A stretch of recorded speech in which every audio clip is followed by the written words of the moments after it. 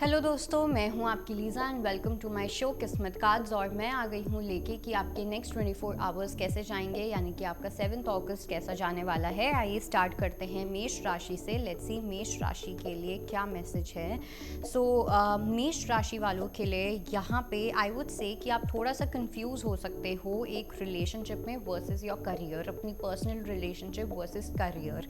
इस टाइम पे शायद से आपका करियर आपके लिए बहुत ज़्यादा इंपॉर्टेंट है, आपके करियर में काफ़ी चेंजेस आ रहे हैं, आपके करियर में आप काफ़ी ज़्यादा बिजी हो एंड शायद से आपने अपने आप को विड्रॉ कर रखा है किसी भी टाइप की रोमांटिक फीलिंग से, किसी भी टाइप की रोमांटिक इमोशन से। But something of romance is definitely here, जो आपको डिसीजंस लेने पे कंफ्यूज कर सकता है, जो आपको थोड़ा डिस्ट्रैक्ट कर सकता है। Okay, so make sure that you don't get distracted. कोई भी चीज़ जो आपको डिस्ट्रैक्ट करे आपके गोल से, आपके ड्रीम से, तो that means it's a distraction rather than a sign from the universe.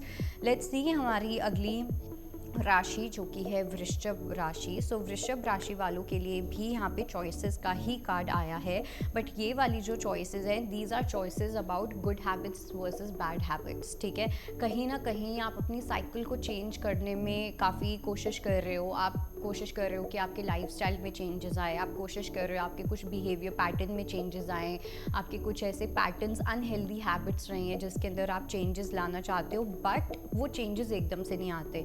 जैसे कि अगर हम स्मोकिंग भी छोड़ेंगे, अल्कोहल भी छोड़ेंगे, तो उसके अंदर एक पॉइंट पे विड्रॉल सिम्टम्स आएंगे ही आएंगे जब भी आप कोई चीज़ छोड़ने की कोशिश करोगे।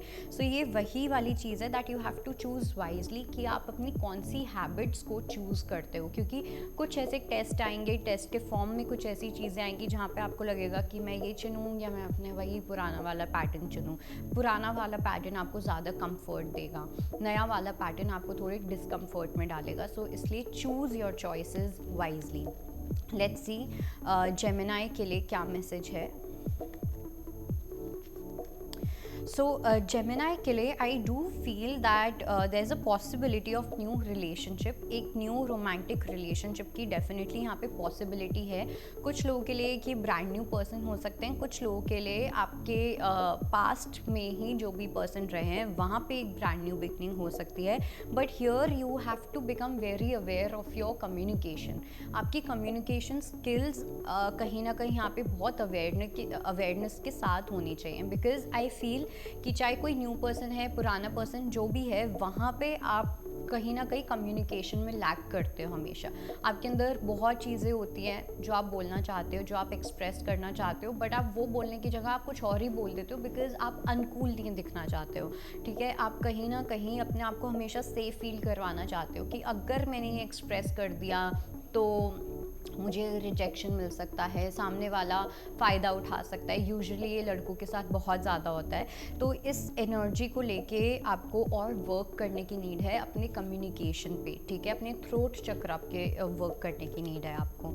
लेट्स सी हमारी अगली राशि जो कि है कर्क राशि, यानी कि कैंसेरियंस। लेट्स सी कर्क राशि वालों के लिए वी हैव पैशन इग्नाइटेड। आप कोई एक ऐसी चीज़ अपनी लाइफ में करते हुए दिख रहे हो जो आपके दिल से बहुत जुड़ी हुई है, समथिंग जो आपको करने में बहुत मज़ा आएगा, जो इट्स लाइक कुछ ऐसी चीज़ें होती हैं जहाँ पे हमें कोई पैसे भी ना देना तब भी हम वो चीज़ कर देंगे। वाई?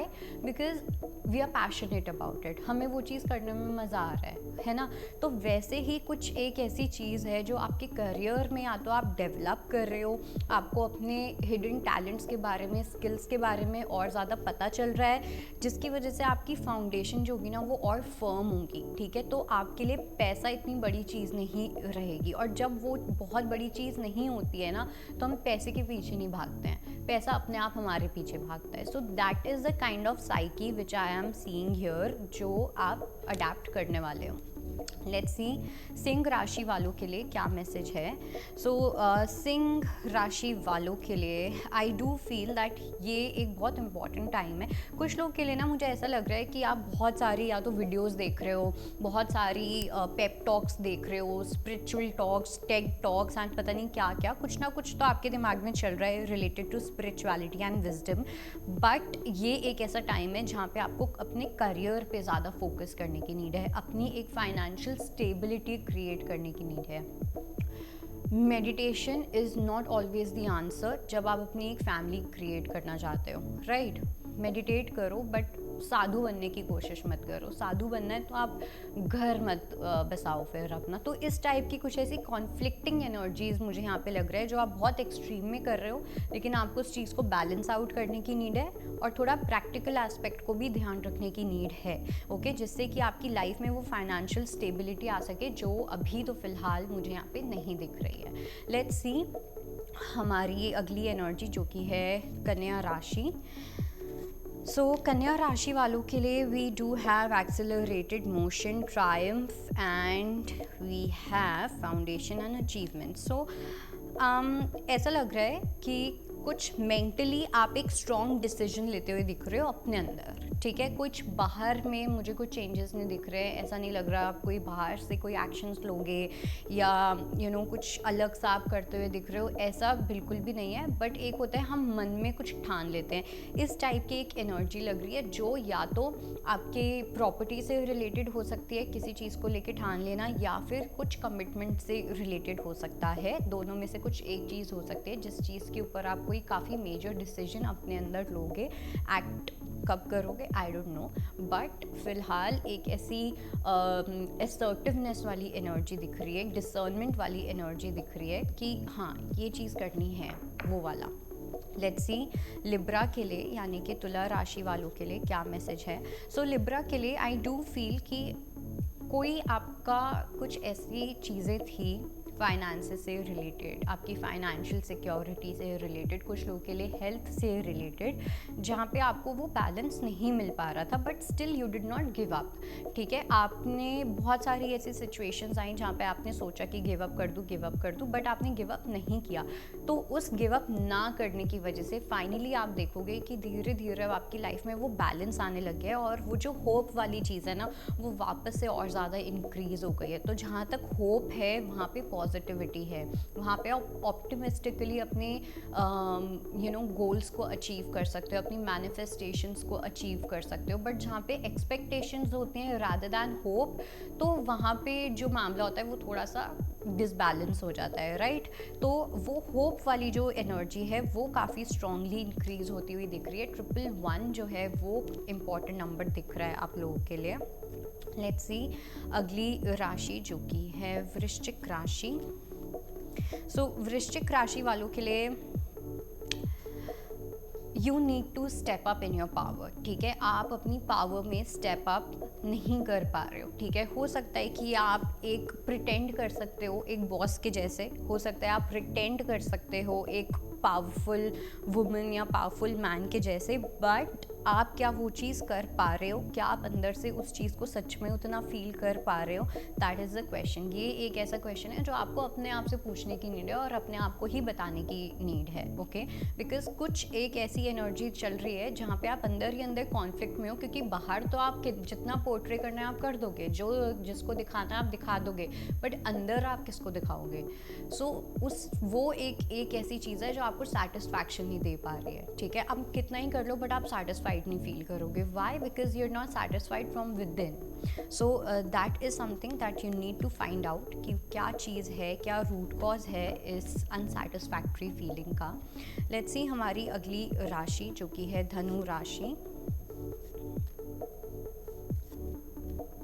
सो धनु राशि वालों के लिए we have third eye, we have rest and rejuvenate and we have universe. So for धनु राशि दो सिनारियोज़ मुझे यहाँ पे लग रहे हैं। पहला सिनारियो ये हो सकता है कि जब हमारा थर्ड आई चक्रा बहुत ज़्यादा ओवर एक्टिवेटेड हो जाता है, तो क्या होता है कि हमारे दिमाग में ना सिर्फ आइडियाज़ ही आइडियाज़ आएंगे, ठीक है। बहुत सारी इन्फॉर्मेशन आएगी, बहुत सारे सपने आएंगे, यहाँ पे कुछ पेन कर सकता है अराउंड योर आईब्राउज, ठीक है। आप अपने, इसका मतलब है कि आप अपने दिमाग को रेस्ट ही नहीं दे रहे हो, आप अपने मेंटल कैपेसिटी से कहीं ज़्यादा उस चीज़ को यूज़ कर रहे हो, ठीक है, जिसको हम साइकोलॉजी में बोलते हैं कॉग्निटिव ओवरलोड एज वेल, ठीक। और जब हमारा थर्ड आई चक्रा एकदम लेस की साइड होता है, ठीक है, बिल्कुल एक्टिवेटेड नहीं होता, डेफिशिएंसी की साइड पे होता है, तब हमें मेमोरी लॉस, ठीक है, हमारी सोचने की क्षमता, डिसीजंस लेने की जो पावर होती है,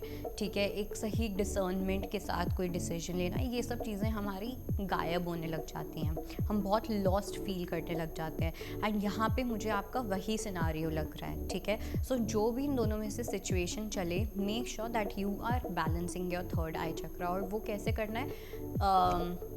एक होता है योग निद्रा, ठीक है। योग निद्रा इज़ द बेस्ट थिंग। जब भी आपको लगे कि बहुत ज़्यादा थर्ड आई ओवर एक्टिवेटेड है, बहुत सर दर्द हो रहा है, रिलैक्स नहीं कर पा रहे हो, योग निद्रा इज़ द बेस्ट थिंग, जो आपको यूट्यूब पे मिल सकती है, कहीं पे भी मिल सकती है। पूरा आपको गाइडेड मेडिटेशन मिलता है, जहाँ पे पीछे बैकग्राउंड में वो चलती है, हिंदी इंग्लिश एवरी लैंग्वेज में होती है, एंड आप वो करो, यू विल फील गुड।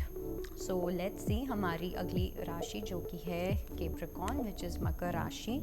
सो मकर राशि वालों के लिए आपका क्राउन चक्रा यहाँ पे धीरे धीरे एक्टिवेट होता हुआ दिख रहा है। एक्टिवेट इन द सेंस कि वो और बड़ा होता हुआ दिख रहा है, ठीक है, और अच्छे से ब्लूम करता हुआ दिख रहा है। तो जब हमारा क्राउन चक्रा अच्छे से ब्लूम करता है ना, तो हम पेशेंस, सरेंडर, ये सब चीज़ें बहुत ऑटोमेटिकली आने लग जाती है। ऐसा कुछ नहीं होता कि हमें वो सीखना पड़े, ऐसा नहीं होता कि हमें वो चीज़ करनी पड़े, वो चीज़ें ऑर्गेनिकली होने लग जाएंगी, एफर्टलेसली होने लग जाएंगी, नेचुरली आपके अंदर से कुछ चीज़ें होंगी, लाइट फील करोगे आप बहुत ज़्यादा, अपने आप के साथ काफ़ी हारमनी में रहोगे, ठीक है। किसी चीज़ में इन्वेस्टमेंट किया तो एकदम पागल नहीं हो जाओगे उस चीज़ को लेके, ऑब्सेस नहीं हो जाओगे उस चीज़ को लेके। Why? Because now you can trust the universe, now you can surrender to universe.